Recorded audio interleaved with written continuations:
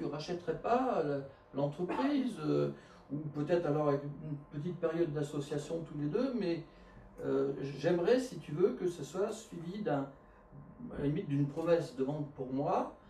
Après, tu prends ta décision. Je ne te demande pas une promesse de rachat. Sur le principe, oui. Ce qui m'ennuie, c'est que tu as développé certaines compétences. Moi, j'en ai développé d'autres, puisque chacun, on est complémentaires. Ouais.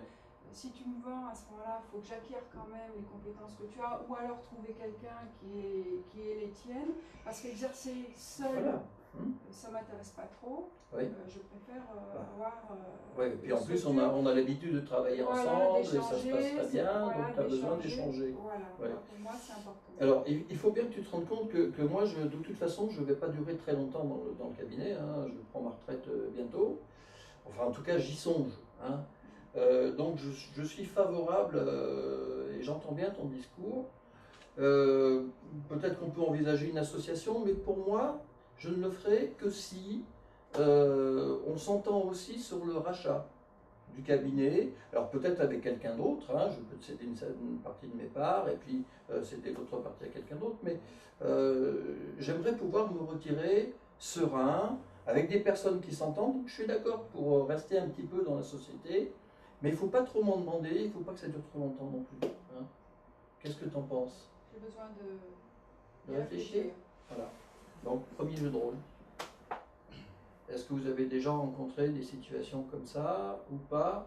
Bon là c'est un cabinet, mais c'est une entreprise, vous avez le chef d'entreprise, enfin un chef d'entreprise et un cadre de l'entreprise. Voilà, un cadre qui participe au développement et qui amène de la clientèle. Et la clientèle qu'il amène, elle a quand même une valeur. Lui, au final, il ne veut pas continuer à exercer pendant 10 ans, apporter une clientèle, et au bout de 10 ans, on va lui dire tu rachètes, mais en quelque sorte racheter la clientèle que moi j'ai développée. Donc c'est un petit peu toute la problématique, comment est-ce qu'on va l'évaluer, ce que j'ai apporté, est-ce que vous en tenez compte un petit peu dans le chiffrage, est-ce qu'on voilà, c'est des choses, des problématiques qui peuvent se poser et qui se posent. Est-ce que vous étiez déjà posé cette question ou pas? Dans ce genre de situation, parce que ma femme elle est orthophoniste, donc ça se rapproche un peu de ce système de collaborateurs, etc. Mais ne pensez plus collaborateur que entreprise, mais, hein, toute façon. Entreprise, mais non, mais dans ce genre de problématique où en fait le salarié développe l'activité par cette prestation de service, dans cette prestation intellectuelle, et où derrière il augmente l'activité, puis à un moment donné il est question de potentiellement s'associer, et du coup bah en effet je vais racheter ce que j'ai moi-même développé. Et mais alors là-dessus, il me semble, et en effet, bon, j'avais fait quelques recherches pour ma femme, que en gros, il y avait une notion au démarrage de rétrocession, de collaboration, etc., liée au fait d'être non salarié dans un peu de ce statut bizarre où on est bancal, non salarié, mais en fait, concrètement, on pourrait très bien demander devant des prud'hommes d'être qualifié en tant que salarié. Et derrière, en fait, il y avait une notion où, de toute façon, ça ne pouvait pas durer des années. C'est que derrière, à un moment donné, au démarrage, oui, on bénéficie de l'aura du cabinet, de potentiellement l'arrivée d'activités liées à ça, mais qu'après, très vite, les gens ils viennent pour vous, ils viennent pas pour l'autre avocat, etc.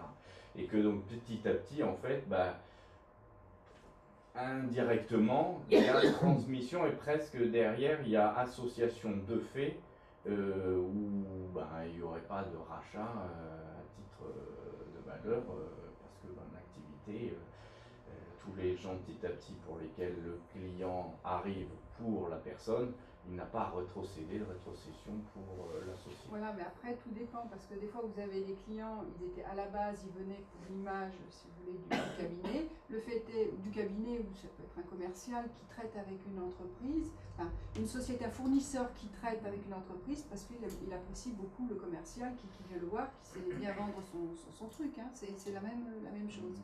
Le problème, c'est qu'après, est-ce que celui pour qui l'on vient, il n'est pas propriétaire à la base de la clientèle.